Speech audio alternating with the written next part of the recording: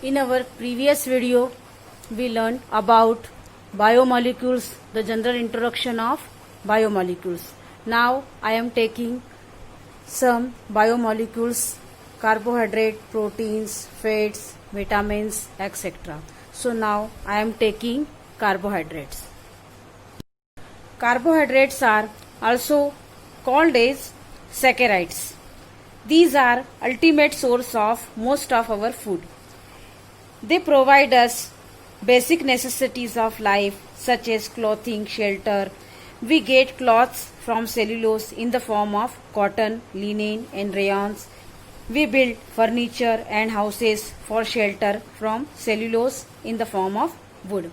So we see here that carbohydrates are very useful in our daily life. They provide us energy, and we get energy in the form of starch, cellulose and many things of carbohydrates.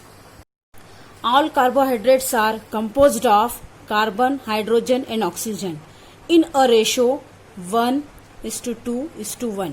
यानी जितने भी carbohydrates रहते हैं वो उनका जो composition होता है वो कार्बन, हाइड्रोजन और ऑक्सीजन से मिलकर बना होता है, और उसका जो रेशियो होता है 1:2:1 होता है. यानी कि 1 रेशियो में होगा कार्बन, 2 रेशियो में होगा हाइड्रोजन एंड ऑक्सीजन का जो रेशियो होगा वो 1 होगा. इस तरह से कार्बोहाइड्रेट्स पाए जाते हैं. कार्बन एंड हाइड्रेट्स, जैसे कि कार्बोहाइड्रेट्स को हम डेफिनेशन अगर हम उसकी लें तो कार्बोहाइड्रेट्स का नाम में ही उसकी डेफिनेशन छुपी हुई है. Carbohydrates means carbon and hydrates. The combination of carbon and hydrates are called carbohydrates. तो कार्बन एंड हाइड्रेट्स, हाइड्रेट्स का मतलब होता है वाटर. अगर कार्बन और वाटर दोनों अगर मिक्स हो जाते हैं तो उसको हम कहते हैं कार्बोहाइड्रेट्स. अब उसका जो मॉलिक्यूलर फार्मूला होता है कार्बोहाइड्रेट्स का वो होता है CH2O(N). N का मतलब होता है नंबर ऑफ मॉलिक्यूल्स, यानी कितने भी मॉलिक्यूल्स हो सकते हैं वो अकॉर्डिंग टू देयर क्लासिफिकेशन. अब इसमें हम लोग ये इसका molecular formula CH2O(N) and the ratio of hydrogen and oxygen as in water. अब हमको पता है कि वाटर में इसका रेशियो कितना होता है, हाइड्रोजन और ऑक्सीजन का 2 और 1 का रेशियो होता है ना, हाइड्रोजन 2 होता है और ऑक्सीजन होता है 1. So the name is carbohydrate. ये जो है उसका जो नाम है कार्बोहाइड्रेट का वो इसी से लिया हुआ है कि जो कार्बन और हाइड्रोजन हाइड्रेट्स का जो मिक्सचर है, पानी का मिक्सचर है, उसी से बनता है हमारा कार्बोहाइड्रेट. अब जैसे कि हम इसके फॉर्मूले से इसको अगर हम ले CH2O(N), ये हमारा फार्मूला है. तो अब if A carbohydrate says 5 carbon, अगर किसी कार्बोहाइड्रेट में 5 कार्बन है, सपोज 5 कार्बन से, तो कार्बन हुआ 5 और हाइड्रोजन उसका जस्ट डबल, जैसे कि H2 लिखा है यहाँ पर, तो 10 हो गया, और ऑक्सीजन जो हो गया यहाँ पे 5. तो इस तरह से ये इसका रेशियो के हिसाब से होता है. अगर 6 कार्बन हो तो उस हिसाब से यहाँ पर 6 हो जाएगा, यहाँ पे 6 का डबल हो जाएगा 12, और फिर यहाँ पर वापस 6 हो जाएगा, जैसे कि ग्लूकोज का फार्मूला होता है. तो ये इस तरह से कार्बोहाइड्रेट्स का ये फार्मूला होता है. तो ये तो ओल्ड जो इसकी जो थियोरी थी कार्बोहाइड्रेट्स की, ओल्ड डेफिनेशन थी, उसके अकॉर्डिंग था. लेकिन ये क्या है कि सभी के लिए ये जो होता है फॉलो नहीं होता है. Not all carbohydrates obey this rule, यानी सभी कार्बोहाइड्रेट्स इसका ओबे नहीं करते हैं. अब जैसे यहाँ पे बताया कि इसका फार्मूला होता है CH2(N). तो CH2O आपने पढ़ा हुआ है कि एल्डिहाइड के लिए भी यही कॉमन फार्मूला होता है. तो जैसे हमने फॉर्मेल्डिहाइड का फार्मूला HCHO होता है, CH2O, तो क्या वो भी एक तरह का कार्बोहाइड्रेट हुआ? तो हमारा आंसर होगा नहीं. वो फॉर्मेल्डिहाइड एक तरह का एल्डिहाइड है, वो कार्बोहाइड्रेट की कैटेगरी में नहीं आता, भले उसका फार्मूला इसके सिमिलर है. उसी तरह से दूसरे हम उसको दूसरे फॉर्म में भी हम ले सकते हैं कि कई बार क्या होता है कि फार्मूला, जैसे कि इसमें फार्मूले को फॉलो करता है लेकिन वो उसकी प्रॉपर्टी को फॉलो नहीं कर रहा है. कभी कभी क्या होता है कि फार्मूला जो प्रॉपर्टी फॉलो होती है, यानी कहने के लिए होते हैं कार्बोहाइड्रेट से, लेकिन वो इस फार्मूले को फॉलो नहीं करते हैं. फॉर एग्जाम्पल जैसे रेमिनोज, इसका फार्मूला होता है C6H12O5. रेमिनोज है, डीऑक्सीराइबोज है, ये भी एक तरह के कार्बोहाइड्रेट है, लेकिन ये इस फार्मूले को फॉलो नहीं कर रहे. इस फार्मूले के हिसाब से C6H12O6 होना था, लेकिन इसका फार्मूला हो रहा है C6H12O5. दूसरी तरफ हम एक और एग्जाम्पल दे रहे हैं यहाँ पे C5H10O4. तो यहाँ पर C5 है, H10 है, जस्ट डबल है, और यहाँ पे भी ऑक्सीजन कितना होना था, 1 रेशो में होना था, यानी 5 के इक्वलेंट होना था, यानी 5 होना था यहाँ पर, जबकि यहाँ पर 4 है। तो ये इस फार्मूले को फॉलो नहीं कर रहा है।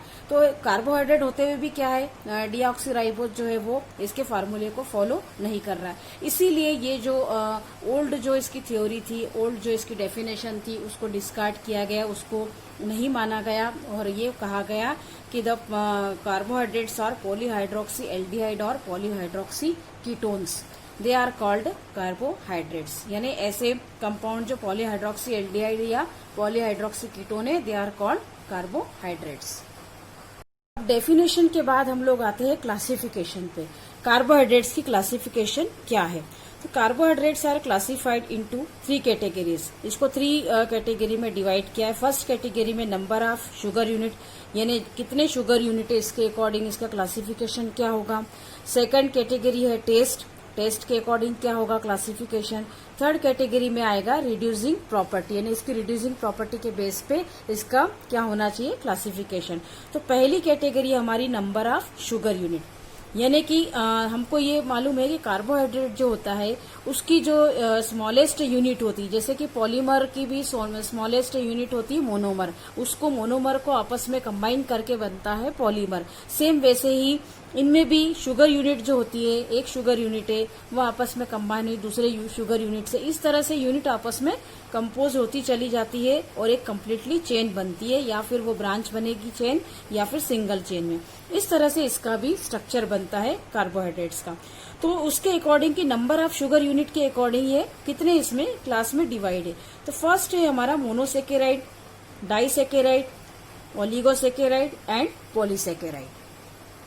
अब हम नंबर ऑफ शुगर यूनिट के अकॉर्डिंग ये कितने टाइप की होती है उसको हमने क्लासिफाइड इस तरह से किया है। फर्स्ट है मोनोसेकेराइड, यानी सबसे जो स्मॉलेस्ट यूनिट है वो सेकेराइड कहलाती है, यानी शुगर यूनिट को कहा जाता है सेकेराइड। तो इस तरह से अगर सिंगल शुगर यूनिट है, अगर एक ही शुगर यूनिट है तो उसको हम कहेंगे मोनोसेकेराइड। तो मोनोसेकेराइड के एग्जाम्पल में है ग्लूकोज एंड फ्रुक्टोज। तो इसका जो जनरल फार्मूला होता है ग्लूकोज फ्रुक्टोज का C6H12O6 होता है, यानी कि कार्बन 1 रेशो में, 2 रेशो में हाइड्रोजन है, और फिर से 1 रेशो में हमारा ऑक्सीजन है। तो इस तरह से मोनोसेकेराइड जो होते हैं उस रूल को फॉलो कर रहे हैं, जैसे कि ग्लूकोज एंड फ्रुक्टोज। अब ग्लूकोज जो होता है वो हमें उसका सोर्स क्या होता है, आप सभी को पता है कि ग्लूकोज जो होता है वो लेग्यूम्स में होता है, वेजिटेबल्स, बहुत सारी ऐसी वेजिटेबल्स है जिनमें कि होता है पास्ता, होल ग्रेन, ब्रेड, इन सब में ग्लूकोज होता है। फ्रक्टोज जो होता है उसका सोर्सेस होता है फ्रूट, फ्रक्टोज का मतलब ही फ्रूट शुगर होता है, तो ये फ्रूट में होता है, हनी में होता है, वेजिटेबल, कुछ ऐसी वेजिटेबल्स है जिसमें फ्रुक्टोज भी होता है, और सॉफ्ट ड्रिंक्स में होता है ये फ्रुक्टोज जो होता है। सबसे क्योंकि जितनी भी स्वीटेस्ट जो शुगर है वो फ्रुक्टोज ही होती है, स्वीटनेस जो होती है सबसे ज्यादा फ्रुक्टोज में होती है। तो इस तरह से ये इनके सोर्सेस हो गए मोनोसेकेराइड का, ये जनरल फार्मूला हो गया, एग्जाम्पल हुए। नेक्स्ट आते हम लोग डाइसेकेराइड। जैसे कि नाम से पता चल रहा है डाई मीन्स 2, यानी ऐसे शुगर यूनिट जिसमें कि 2 शुगर यूनिट आपस में कंबाइन हो रही है, ऐसे सेकेराइड्स या ऐसे शुगर यूनिट जिसमें 2 कंबाइन हो रही है, जैसे कि ग्लूकोज एंड फ्रक्टोज, ये आपस में कंबाइन हो जाते हैं और काय में कन्वर्ट हो रही है सुक्रोज में। तो इसका जो एग्जाम्पल है वो सुक्रोज है, जिसको कि हम टेबल शुगर भी कहते हैं, सुक्रोज जो होता है, और इसका जनरल फार्मूला होता है C12H22O11। इस तरह से इसका ये फार्मूला है। तो अब ये होता है 2 शुगर यूनिट जब आपस में कंबाइन होते हैं तो वो होता है डाइसेकेराइड बनता है उसमें। और इसके जो एग्जाम्पल में है सुक्रोज है, लैक्टोज है, माल्टोज है। लैक्टोज तो आपको पता है कि ये इसमें होता है अपने मिल्क में होता है ये, तो लैक्टोज आपको अच्छे से पता है। माल्टोज भी होता है फ्रूट्स में होता है। फिर सुक्रोज भी आपको मालूम है, टेबल जो शुगर होती है वो सुक्रोज होती है। अब ये जो इनके सोर्सेस क्या है, तो शुगर केन गन्ने का जो होता है, गन्ने के जूस में होता है सुक्रोज। इसी तरह से शुगर डेट्स होता है, उससे भी हमको मिलता है, डेट्स में होता है, हनी में होता है, और लैक्टोज जो होता है वो मिल्क से मिलता है हमको। तो इसी तरह से ये इनके क्या हो गए, सोर्सेस हो गए। अब नेक्स्ट है हमारा ओलिगोसेकेराइड।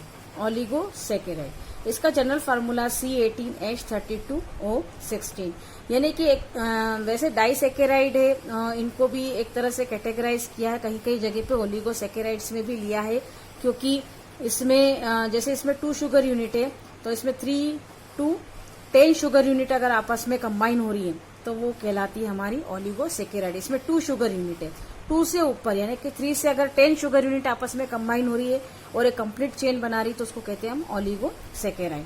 तो इसका एग्जाम्पल है रेफिनोज होता है, इसका एग्जाम्पल होता है, और इसके जो सोर्सेस है वो ओनियंस में है, लेग्यूम्स में है, एस्पेरेगस है, कुछ ऐसे प्लांट्स है जिसमें ओलिगोसेकेराइड जो होता है वो पाया जाता है।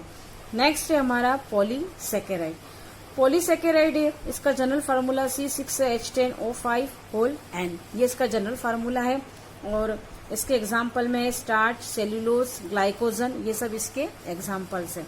तो स्टार्च आपको पता है कि ये उसमें फोटोसिंथेसिस से बनता है, स्टार्च फॉर्मेशन होता है फोटोसिंथेसिस में, सनलाइट से जब कार्बन डाइऑक्साइड और वाटर की जो रिएक्शन होती है उससे कार्बोहाइड्रेट बनता है, कार्बोहाइड्रेट में स्टार्च होता है और शुगर भी होती है, तो वो स्टार्च इस कैटेगरी में आता है। तो इसमें मोर देन 10 यूनिट्स, अगर 10 यूनिट से ज्यादा आपस में कंबाइन हो रही हो तो दे आर कॉल्ड पॉलीसेकेराइड्स। अब स्टार्च है, ये हमको किस किस से मिलता है, इसके सोर्सेस बता रहे। स्टार्च का सोर्स है जैसे कि पोटेटोस में स्टार्च होता है, व्हीट में होता है, ओट्स में होता है, राइस में होता है, ये सब स्टार्ची फूड कहलाते हैं। सेल्यूलोज, अब सेल्यूलोज हमको कहाँ से मिलता है, वुड से मिलता है। ग्लाइकोजन, ग्लाइकोजन जो होता है वो एनिमल्स में होता है, ये इट स्टोर इन लिवर, ये स्टोर होता है लिवर में स्टोर होता है, और मसल्स में ज्यादा स्टोर होता है।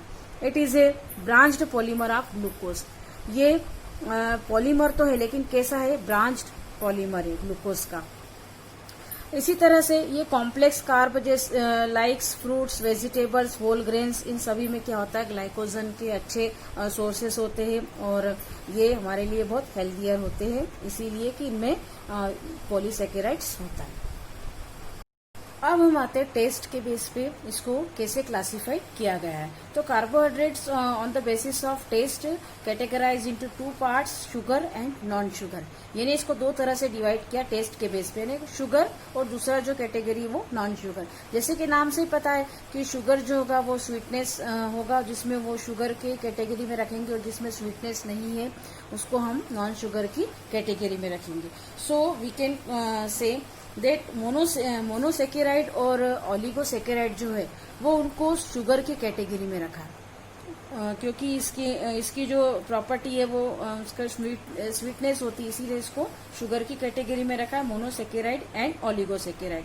और इसी तरह से पॉलीसेकेराइड जो होते हैं वो नॉन शुगर की कैटेगरी में रखे हुए, क्योंकि sugar are crystalline substances which are sweet and water soluble.